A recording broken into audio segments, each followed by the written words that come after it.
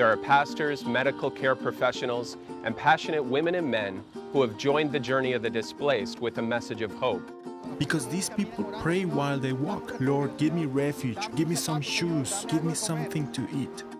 I have seen and prayed with men that just 8 days later, when I go back to visit them to pray, they have died.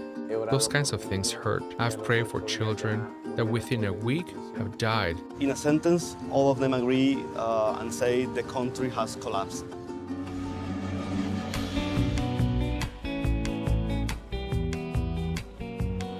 Millions of people have been forced to leave their homes in Venezuela as the country continues to decline. Many of them journeyed through this very bridge into the border town of Cúcuta, Colombia.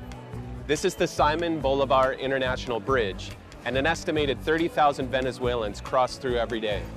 They often don't know where they are going, they just know that they need to get somewhere other than back home. This special series follows the journey of the displaced. Children, women, and men who have been forced to leave their lives behind in order to survive. The journey is long and filled with uncertainty as they navigate the unknown in search of the most basic human needs.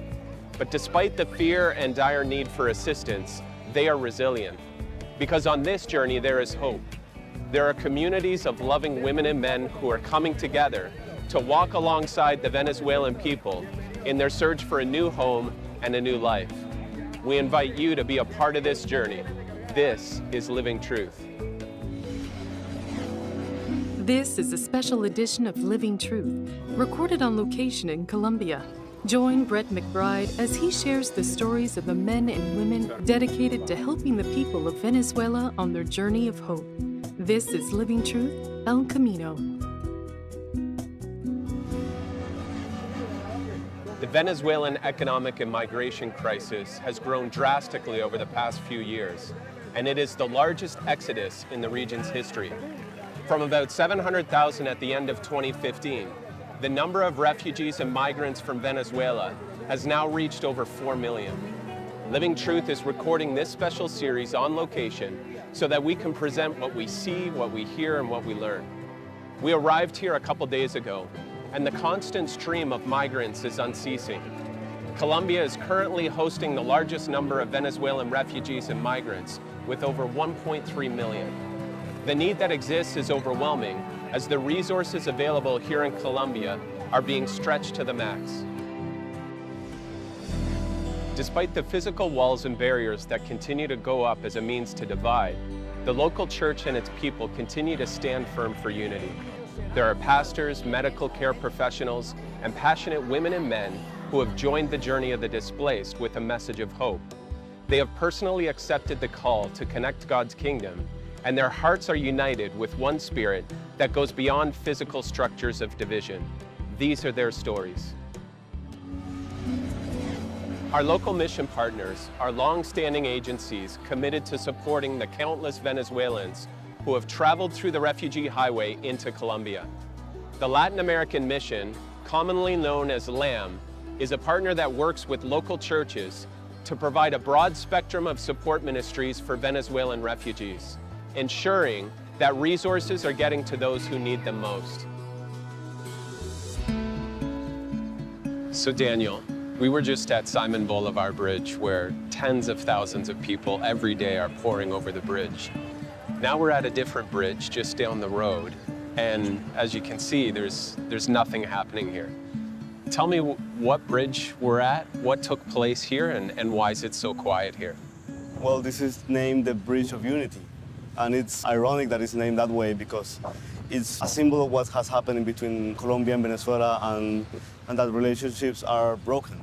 So basically the Venezuelan government decided to shut down this bridge because all the humanitarian aid that has been stored in Colombia was going to pass through that bridge over there. So the Venezuelan government didn't want foreign aid coming in to help its citizens? No, because apparently if they let the help that their people desperately need over that bridge, it will be a sign of weakness and basically that they are not doing the job they're supposed to. So while we're waiting for governments to sort things out and eventually respond, the crisis isn't going away. What's the impact been on organizations like Latin American Mission who are still responding to the crisis that's unfolding? Okay, so LAMIS and Missions Agency focus on working with the poorest communities in Latin America. So what we do is team up with local churches and leaders, and we help them have tools to respond to their necessities that the migrants are having, and obviously the impact that has in their communities as well. And as you're getting to meet people and learn their story from Venezuela, what's the common themes that people are sharing with you about the situation in Venezuela? In a sentence, all of them agree and say the country has collapsed. It has gotten to a point where they can even satisfy basic needs. The country with the largest oil reserve in the world doesn't even have oil anymore. They are not producing enough fuel for the cars they have and for all their needs. So people are beginning to leave their cars away and abandon on the streets. And when professionals who have good jobs, they feel that they need to leave their country and go on roads and even walk for days, it tells you everything you need to know about the situation of a country. So most Venezuelans that you're meeting and running into, they held on as long as they could. They didn't necessarily want to leave Venezuela. They love their country, but have been forced because of the circumstances. They have their families there. They have stability there, they have their jobs there, their churches there, they have a community they belong to, and to leave that behind, I think it tells you anything you need to know. How have you seen the church come together on the Colombian side to say, hey, this is too big for any one of us? How do we work together? Sure, and I would say that I'm amazed and blessed by the response of the Colombian church as a whole. We have seen people being displaced from the countryside here in Colombia, so churches have an understanding of how to organize themselves. So it's just a matter of taking advantage of everything we have learned along the way, among suffering, and using all that, using all the circumstances to put it in the service of our brothers and sisters in Venezuela. So what I hear you telling me is that Colombia experienced God's comfort in the midst of its own struggle and civil war in its not too recent history, and how you're drawing on that to help Venezuelans in their time of crisis. When the Venezuelan church suffers, we suffer as Colombians as well, but we are together in this. I think we can learn from one another, we can share resources, and we have to see ourselves as brothers and sisters. And as a Christian, I have to feel what my brothers in other countries are suffering as well. It's part of who I am. And I think Paul was speaking about it in one of his letters. He said, well, you have to take comfort in the fact that as you suffer, well, others, Christians, are suffering too, and they can relate to what you're feeling. Amen. So we have to rescue that sense of unity again, and it's awesome. We are in the bridge of unity, right? Right. So my hope for the future is that Venezuela is restored as a country, that they finally are a place where Venezuelans feel at home, that they can provide for their families, and that they have chances. But at the same time, my hope for the future is that we take this learning and we can serve others as well. Something amazing about all of this is that despite the physical barriers that governments can put, the church remains together. So Helen, we were just in Villa Caracas. Tell us a bit about the work that Tear Fund is doing through the local church in that community. Well, Tear Fund has been working now for more than 2 years in different parts of Barranquilla. In Villa Caracas, we've been working, providing some hygiene kits for the families, for the Venezuelan migrants that are living there. And we have a community kitchen where the kids from the families can come every day and have one meal every day. So one of the things we have done is to work together with the churches so they can have a space just to talk, because there is hope. And some of the things that you usually listen in this community is that they want to go back home. They have this hope that they are just for a short time here and they will go back to Venezuela and the things will be restored and much better there. We notice as we move through the community, there's a lot of children and even pregnant mothers who are giving birth in Villa Caracas. What are the needs of the children if they're facing a long term of being here in Colombia? Well, one of the things we have been working in, for instance, to provide some food, so they receive meals every day, and you can notice the change. their weight is much better. Yeah, their life changed. So that's one of the things. We also have in these spaces some time to play with the kids so they can have another environment. The other thing we do as an organization is to connect the local churches with other organizations that are already working, for instance, in health, in legal advice. We are part of this committee, local committee of organizations that are already working with the Venezuelan migrants. So we just try to, if we can do something, we just ask someone else to see if they can also help or collaborate. About 1.3 million Venezuelans have poured into Colombia. What's the general attitude of the average Colombian towards the influx of Venezuelan refugees? Migration brings a lot of issues with it. For instance, you hear common phrases like, oh, they are stealing our jobs, or, oh, here they come again, or they are everywhere. But also, I have seen the church, being the church, listen to them, helping them, being the brothers and sisters, being the body of Christ, as Jesus said. Jesus said, if you did this to these little ones, if they were hungry, you gave them food. If they were thirsty, you gave them water.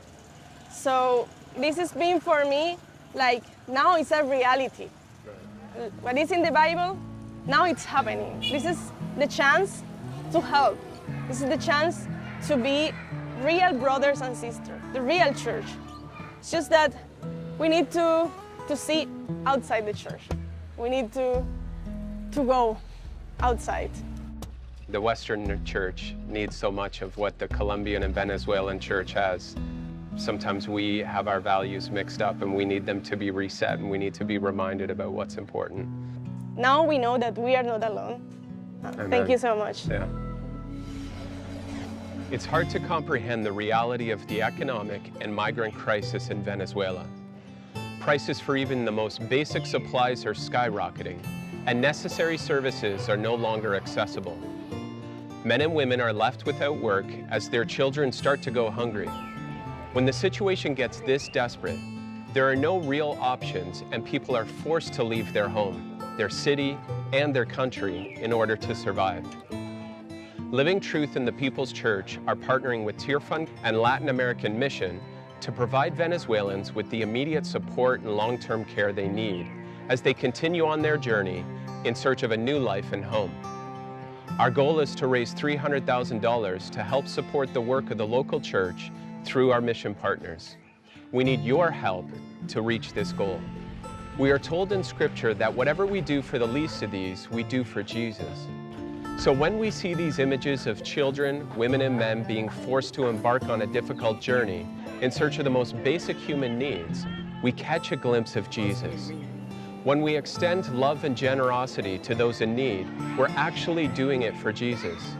And so, in this time of great need, we encourage you to prayerfully consider making a donation to support the displaced people of Venezuela. The Colombian churches are united in their efforts to support their Venezuelan brothers and sisters on both sides of the border. However, helping the Venezuelans who remain in their home country is another challenge altogether. Neri Duarte works with Latin American Mission as a humanitarian relief coordinator. His challenge is to smuggle food and medical supplies into Venezuela. So Neri, we're standing on a trail here, and this is a familiar type of trail for you. Help us understand what's happening in Venezuela, some of the situation that you've seen there, and how these trails fit into some of the work that you're doing in Venezuela. Well, normally people use something called trochas to cross back and forth with supplies. And so we use something like this, different trails to bring in humanitarian supplies into Venezuela, medicines, food, agricultural supplies. And so why are you taking trails like this to get supplies into Venezuela? Well, it was at one point the government disallowed bringing in humanitarian aid, and so we had to resort to this option of bringing in through the back trails. Depending the amount of supplies that I able to get, so I could take between 20 up to 60, 70 backpackers with me. And how long would you be backpacking through trails like this? How many kilometers? So it could be 2 hours, it could be 6 hours, depending the river as well. If the river is swollen, then we have to take different options. And when you're taking these trails, is it a safe journey, or is it, what kind of groups are managing these trails? It could be the army, it could be the police, it could be the militia. So you normally don't ask people who do you belong with. Right, who are you with? You just have to do what you have to do. We normally travel with 1 or 2 pastors. They would be the one who negotiate the safe passage. Pastors here in this area are very well respected. There is a concern with our safety, but so long we are working with the local pastors, we have done well so far. And what are you seeing when you get to Venezuela? What's the situation like there? Well, the country's pretty well collapsed. There is no business, there is no gasoline, there is no electricity. So everything is like a standstill. Nothing moves. Basically nothing is happening, except people walking around trying to buy food wherever they could find it, if they have the resources. So on average in a week or a month, how many trips are you making to try and get this aid and food to people? So far, I've done 4 or 5 trips. So it varies depending the amount of food I can get and the amount of supplies. And depending also how do we want to divide the supplies. It will change from, like, for example, this morning we shipped approximately 10 packs of food. But then again, we have shipped 70 packs of food. Once we get into the river, we have to cross a river, depending how we want to. If there is no bridge built, we have to swim. That's the big challenge. It's even more challenging when we have to do it at 2 o'clock in the morning when it's dark. I bet. And we cannot use the flashlights. So once you've hiked all these supplies over and got them on a truck in Venezuela, it's still a dangerous journey as you're driving on the roads. You're going to get stopped by various security checkpoints. What's the risk? What do they say when they see this coming into Venezuela? It varies. It changes according to the people that we meet. A lot of people are praying for us. I could tell you that right away. Yeah. Because there are times in which there are no questions being asked. Like 2 weeks ago, I took in a very large amount of medical supplies. Yeah. And I was expecting to pass through 11 military checkpoints. Wow. And the truck driver was prepared to stop in every one of them because of our large supplies. And we did not get stopped in a single checkpoint. Wow. Even the truck driver, he kept saying, I cannot believe we haven't been stopped. So clearly God's got his hand on you guys in multiple ways, bringing aid. So he keeps watching over you. Yeah, indeed, indeed. What's the burden that you've seen pastors carrying? Because they're also going through this crisis. Those pastors really, really work very hard in not only meeting the spiritual needs of the people of Venezuela, but also sometimes just getting food to feed their children. They go around and ask farmers, people, businessmen, they beg for food. Yeah. And they just don't mind going and begging for food. And I feel like kind of embarrassed of how neglectful we are in North America with the poor. And these people, these Christian people in Venezuela that have nothing, are able to provide to people that have nothing. How do they do it? I always ask that question. How do they provide to the needy when they have nothing to provide? That's amazing. Well, why don't we continue on this trail and keep showing me the journey that we're going to be taking today. Let's take a walk.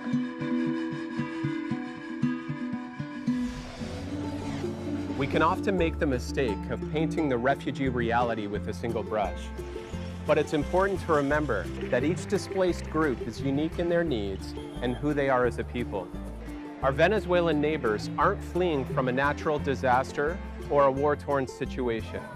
They are being forced to actively make the decision to leave their homes because the most basic human needs are no longer accessible. Millions have made their way out of Venezuela into countries all around the world. and thousands continue to arrive here in Colombia every day. Their journey is long and filled with uncertainty as they move forward with only the will to survive. Although the Venezuelan migrant crisis is greater than ever before, God continues to move in amazing ways through our partners and the church body here in Colombia. These loving women and men have accepted the call to connect God's kingdom with compassion, justice, and the good news of Jesus. We invite you to join us and be a part of this call as we continue to pray for our Venezuelan brothers and sisters. This is Living Truth.